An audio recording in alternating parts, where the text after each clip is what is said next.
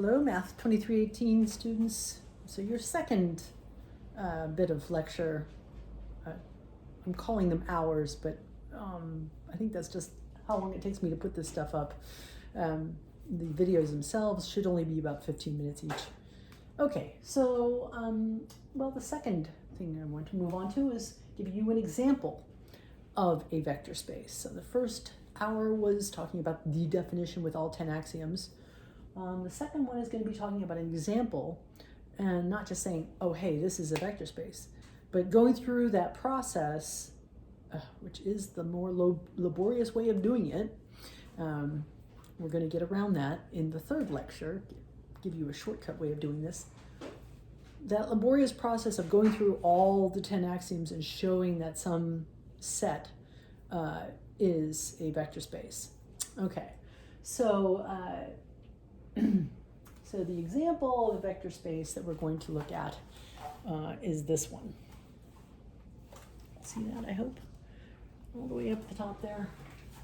Right, okay, so I have to state this as a claim because I can't just say this is the case. This is not a religion. You're supposed to get a proof, right? And be able to prove things yourself, right? So the claim is that this is a vector space. What is this? Well, f of r is the set of vectors. What is f of r? It's the set of all functions that go from the reals to the reals. So all real valued functions of a real variable. So for example, cosine of x and e to the x, or any polynomial you could think of. Those are all examples of functions from r to r. You'll notice, and this is an important point as well, when we have this arrow between two sets, the one on the left is called the domain, that you're used to. The one on the right is called the codomain, not the same thing as the range. So for example, for the cosine of x, its range is just from -1 to 1, right? But we still say it belongs to this set, okay, because that range can be a subset of the codomain. It doesn't have to be the whole thing. Similarly, e to the x, right? It just maps onto the positive reals, right? No negative output from e to the x, but that's still a function in here. So those are going to be my two examples to play with of two vectors in this vector space. Well, it's certainly non-empty, right? Okay, so we need to show these things are true. So the first one, that for any two vectors in the vector space, you have to have that they are closed under some kind of addition.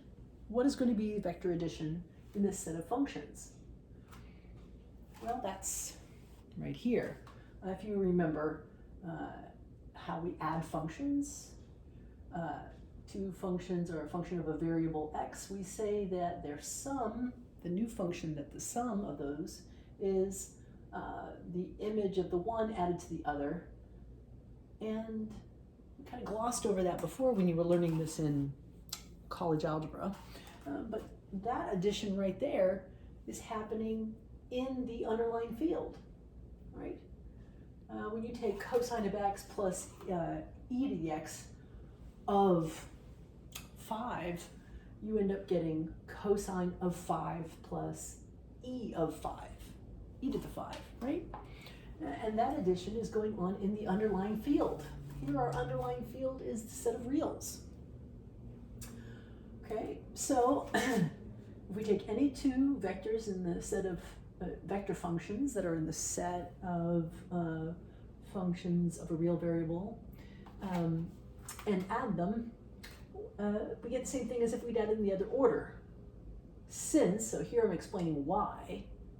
Since is one of those nice words that say, well, here comes the proof.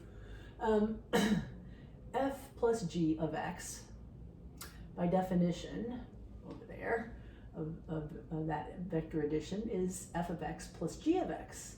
Well, f of x, that's the image in the real numbers and of f, and here's the image of g in the real numbers. When you add them, you're adding this black plus.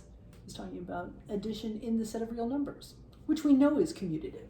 So we can swap those two real numbers and say, well, that's what we call, oops, that should be g plus f. of x. I didn't know I had it that good. There we go. All right. All right. So, well, that's the whole reasoning. So there's proving something without a lot of words, but just showing the equivalence. Okay. Now, we have to have associativity of that vector addition. Well, these vectors are all functions, and they are associative since, why? Well, we go, and we say this, we go down to the field and get some nice properties from the field. These additions, these black pluses, are all in the set of reals. We know addition is associative in the reals. So by going down into the field, I get all kinds of nice properties, and I come back notationally, oh, that's just me talking about f plus g plus h, f plus the sum g plus h on x. The fourth property, there has to exist a zero vector in the vector space. What do you call a zero vector in this vector space? Well, we have to be careful to define that over here. So we're going to take for the zero function. You use this in the calculus, by the way, this animal. But here we're going to give it a little arrow over the top, over that zero, to say we're not talking about a scalar zero. We're talking about, and I'm putting the f here to say we're talking about a zero function. How is it defined? It takes any real number and assigns it to 0 in R. Right?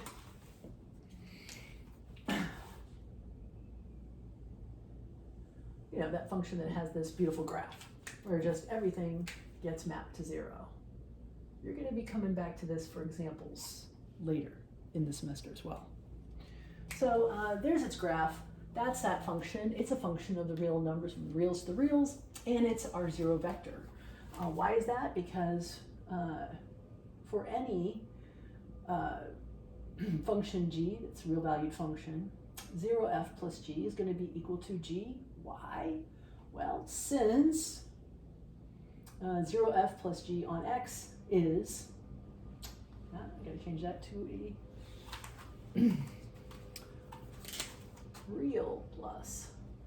So there's addition within the vector space. You guys see that okay? No glare, I hope. And how is it defined? Well, that's how we're defining addition of two functions. We take each one and apply it to x. Now we're in the reals.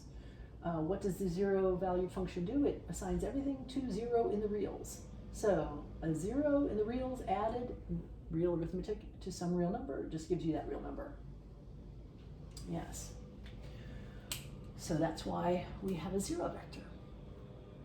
All right, keep on going. The fifth axiom. It has to be true for any vector in the vector space that there exists an additive opposite. All right, so for any function that's in the real valued functions, there does exist some other function. I'm going to call it g at first. G is equal to the opposite of f of x. G of x, excuse me, that's a real number. We're just going to assign to it the opposite of whatever f did to x. All right, opposite as in the additive opposite in the reals. So we're done. We have the property. In other words, let's show it. Oh yeah, I have to show this part. Where am I? 5, yeah. That when you add those two things together, you get the zero function. Why is that true here? Such that, let's see, f plus g on x is going to be equal to f of x plus the additive opposite in R of f of x. Oh, and that's just equal to good old 0 in R, right? And so what we've shown is that therefore f plus g is equal to the zero function. If you take, see what it does to any x, well, it maps it to zero. That's what the zero function does. So I guess I could write over here to really finish it off. This is the same thing as what the zero function does to x. There we go. That's better.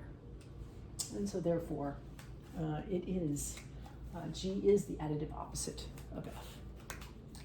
Again, I just keep on going down into the set of real numbers to get my results. Okay, well, we could stop here.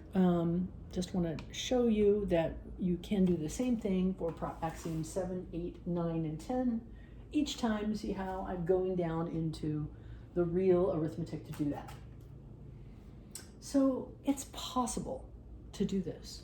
For every example of a vector space out there, we could go through all 10 axioms. That takes a long time.